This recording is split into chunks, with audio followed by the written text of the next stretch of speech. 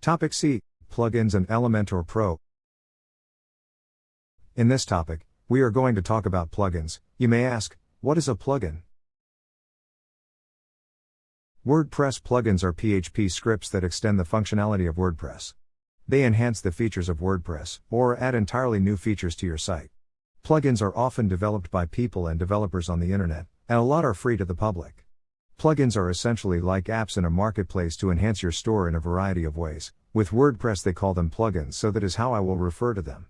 There are over 50,000 WordPress plugins for you to choose from. There are many free plugins but also paid premium plugins, but you can get away with pretty much all free plugins depending on your business.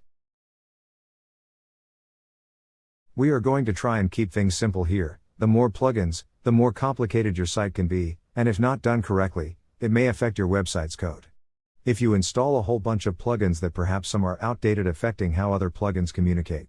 I find it very helpful that if you download a plugin and find it's no longer needed, just deactivate and uninstall immediately.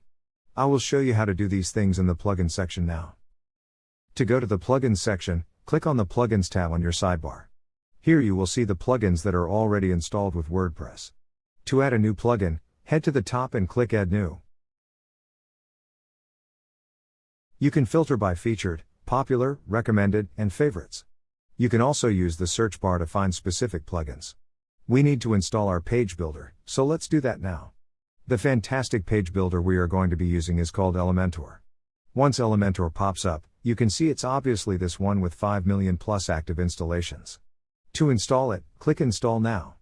Once it is installed, click Activate. To uninstall a plugin, head to the sidebar and click Installed Plugins. Find the plugin you do not want and click Deactivate.